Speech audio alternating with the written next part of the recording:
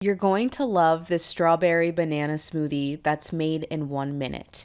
You're going to start by adding a half a cup of frozen strawberries to a blender, then half of a fresh banana to your blender as well, an eighth of a cup of frozen avocado, and a third of a cup of vanilla Greek yogurt. Whoops, it's taking a little bit. And then a half a cup of some almond milk, unsweetened vanilla is my favorite. And then you want to blend this on low for about a minute.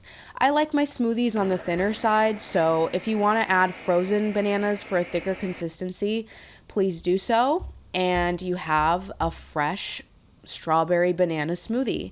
It's only 5 ingredients, which is perfect when you don't have a lot of time on your hands, but you're looking for something quick for breakfast or a snack.